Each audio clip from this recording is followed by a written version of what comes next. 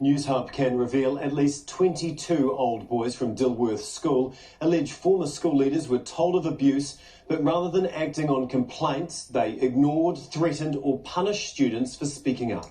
We've obtained detailed summaries of allegations from victims and searched court records showing Dilworth's former principal went to great lengths to keep the school's name a secret. Sharing his story for the first time, one old boy says abuse was deliberately covered up. A warning, this Because It Matters story from Investigations reporter Michael Morrah contains disturbing information.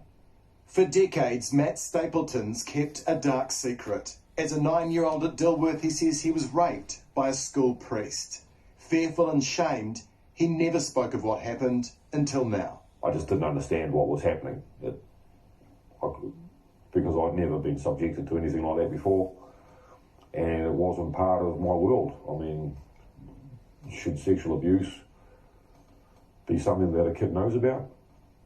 The extent of my injuries were that I was in a lot of pain, so I asked to see the doctor. He says no one asked questions about his injuries, but the pain was so severe, he says he couldn't sit down. The next couple of days, I was allowed to do my schoolwork standing up at the windowsill. At the time, he didn't complain. When you're a kid, I guess, in that position, like I was, it was just a hard thing to get your head around. But others did complain. Summaries written by complainants involved in a class action showed 22 former pupils did inform the school of alleged abuse. One says he was called a liar, caned and threatened with expulsion.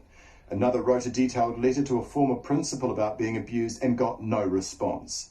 Another said I was told I was a liar and a stupid boy for causing trouble.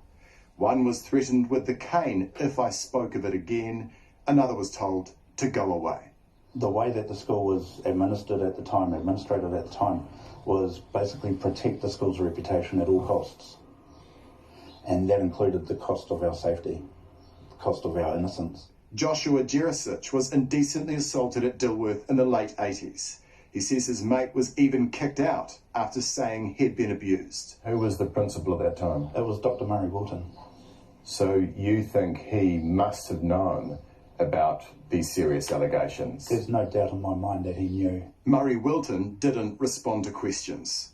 Dilworth School was also unable to answer many of our questions. Trust Chairman Aaron Snodgrass said an independent inquiry is underway, looking at processes and policies relating to student safety and its response to complaints of sexual abuse. Dilworth School gives scholarships to boys from deprived backgrounds. I believe that the scholarship was used pretty much as a weapon to coerce us into towing the line. So there was fear? Yeah.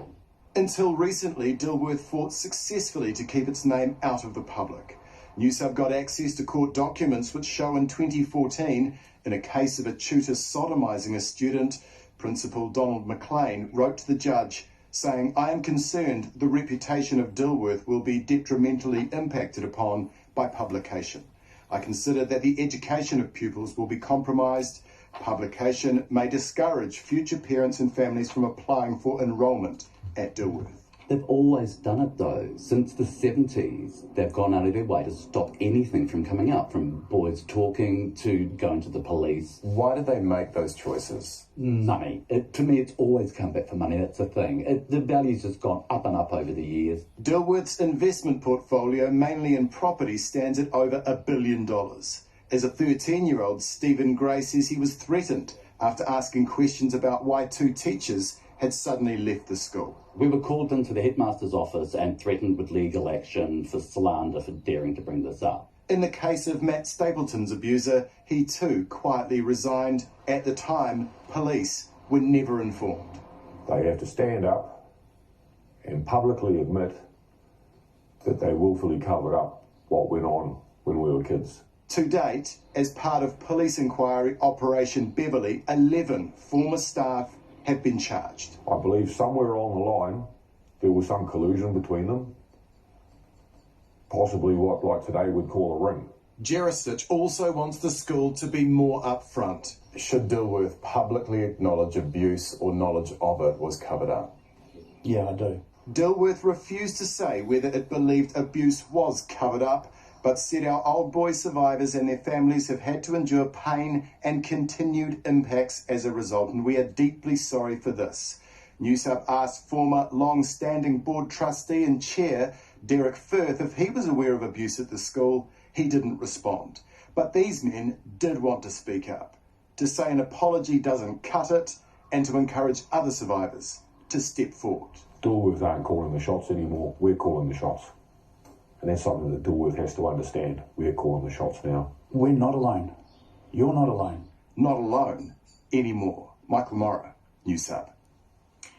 And if Michael's story brought up any issues for you, the Safe to Talk National Sexual Harm Helpline has people available 24/7 to talk and listen and offer support on 0800 044 334.